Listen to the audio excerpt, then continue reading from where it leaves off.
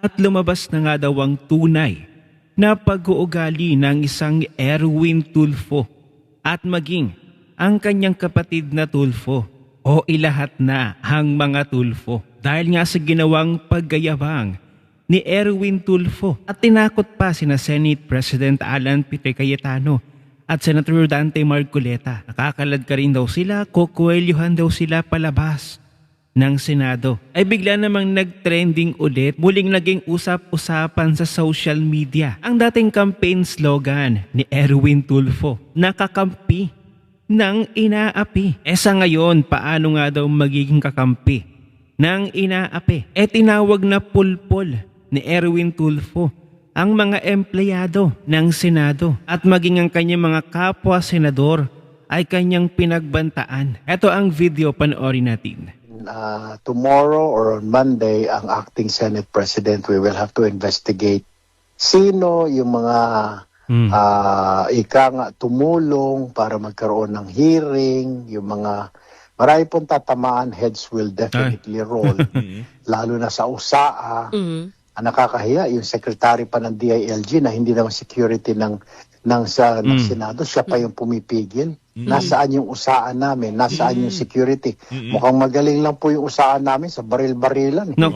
Senator, bakit hindi ba nangangahulugan yun na yung mga usaan ng Senate ay hindi kinikilala yung block ninyo as the new leadership? Totoo. Kundi yung Cayetano kasi napayagan itong pagdinig. Ganun ba yun? Ganon yun. Ganun hunting. Kaya nga gusto po ni acting SP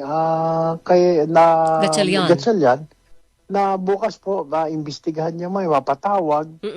Ay talagang meron po, nangako naman siya may masisibak sa PRIB. Masisibak agad? Cover po ng hearing.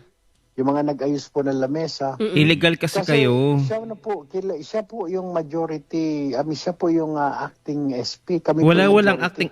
Si Cayetano, wala na pong authority. Dahil minority na po sila. Ay, hindi. Na lang po sila. Okay. Sir, At saka he was voted out of office.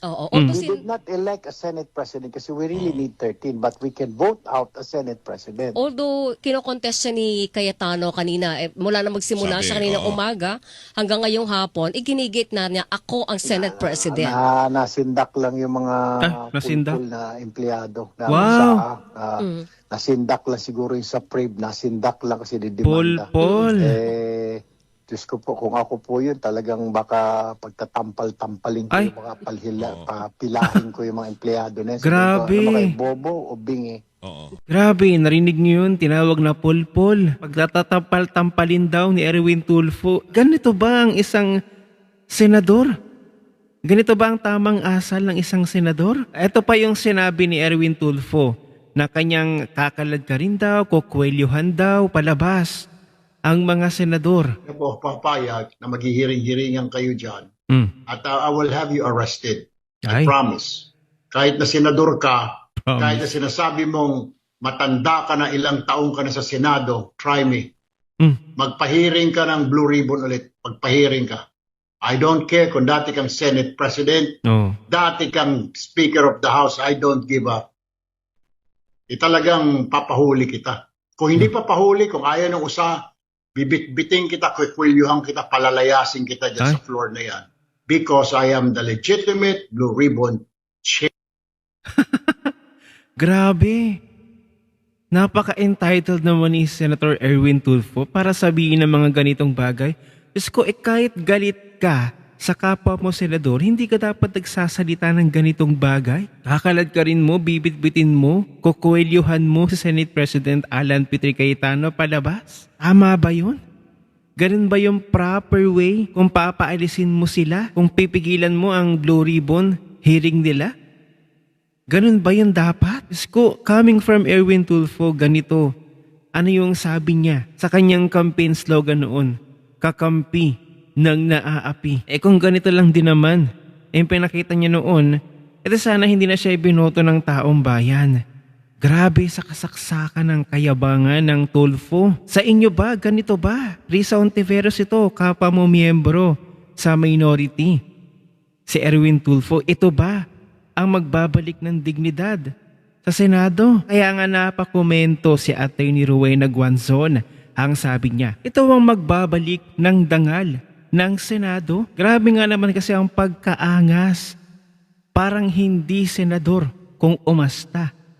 Try mo kaya na kwelyuhan si Senator Robin Padilla nang magkaalaman tayo Erwin Tulfo. At heto panoorin natin ang reaksyon ng mga hindi sumasang-ayon sa sinabi at pagkaangas ni Senator Erwin Tulfo. Ito bago, nagbanta si Senator Erwin Tulfo na pag inulit yung hearing ng Blue Ribbon sa Senado, abay ipapaaresto niya ang mga senador na naghihiring ng Blue Ribbon dahil siya lang daw ang legitimate na chairman ng Blue Ribbon Committee. Yun. At kung hindi daw aarestuhin ng USAA, abay kwikwiliuhan niya ito at itatapon sa labas. Grabe, no? Ang yabang. Ibang klase. Mga sanggano na ang mga sanggano. Ang ating mga senador. Isipin mo, kaninang umaga, binanata naman niya yung mga empleyado ng Senado, mga pulpul daw. At kung siya daw ang acting na Senate President, abay, ipapapila daw niya at pagtatampalin daw. Grabe. Ibang klase. Kayabangan. Mas matindi ito kay Trillanes. May pagkahambog din, ano? Si Trillanes naghahamon din ng away sa Senado. Tapos may pa-walkout yun. Ito iba. Ha? Talagang atapang-atao. Namimisikal din. Kita nyo? Ha? O ano? Senator Marcoleta, Senator Cayetano, sige nga, umulit nga kayo. Oo nga, no? Challenge. Pilyuhan ba kayo talaga nito? Nang magkaalaman na.